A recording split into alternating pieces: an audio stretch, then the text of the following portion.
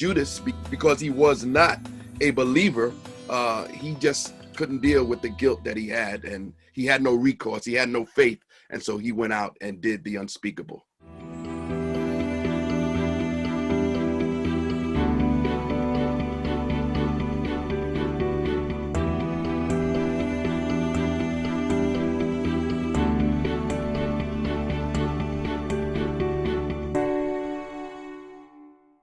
So now we're at the Last Supper. It's Thursday.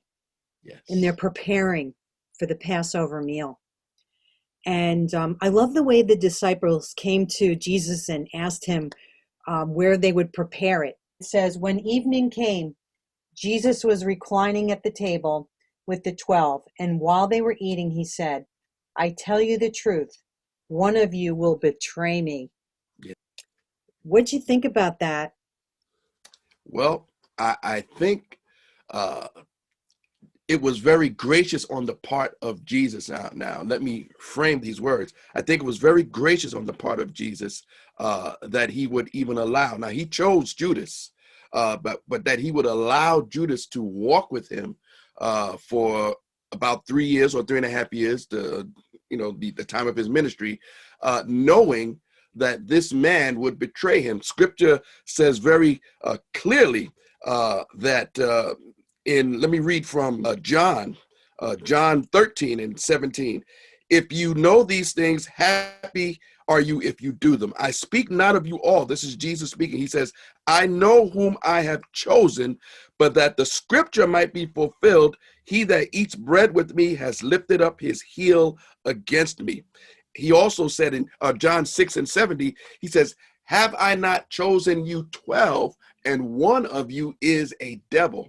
So Jesus from the very beginning knew that Judas would betray him. He chose him once again for the specific reason of fulfilling prophecy. Though this one man did not believe in him, there's a variety of different understandings. Some people say, yes, he did believe and he fell away. And some people say that he never did believe. Well, I believe it bears out that he probably didn't believe from the beginning, because it says that Jesus knew who would betray him from the very beginning. So Jesus allowing this man, who was a thief, actually, scripture bears out that Judas was actually a thief. Yes. But yes, he was numbered with the 12. Yes, he was a part of the ministry, but yet and still, this man was not who they all thought he was. They looked around when Jesus says, one of you will betray me. They all looked around and said, is it I? Is it I? They had no idea that Judas was the one. And I think that's very telling. Judas was able to make himself and blend in with everyone. He probably thought he was a true believer, but history bears out that he was not. And he, in actuality, didn't he think that Jesus was going to be a king? He was going to be part of this kingdom on earth? Oh, yes. He didn't believe, he didn't believe in heaven. He didn't believe the whole concept of Jesus not being a king of and Jesus told them, I'm not the king of this world. Right. And I think that Judas was, along with many other Jews of that day, they were basically disillusioned by the fact that Jesus is going around telling people to love one another and love your enemies and all of this. And listen, we are the Jews. We are God's people. You need to come in like a king or a commander, and you need to get us together so we can come against Rome. And I think that Judas, among others, was very disillusioned at the fact that Jesus, that's not why he came.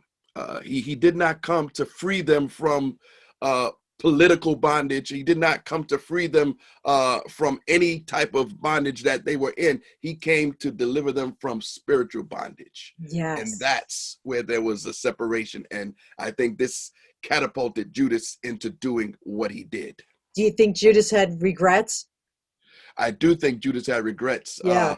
Once he realized what he had done after they had taken Jesus, he tried to go back and give the 30 pieces of silver, which in all actuality amounts to approximately more or less about $17 or $18 in our money today.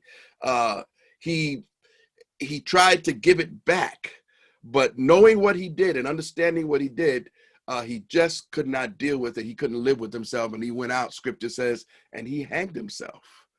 There was a difference between what Judas did and what Peter did. They both did not do very well at the end of Jesus' ministry, but Jesus says that he had prayed for Peter that his faith would not fail.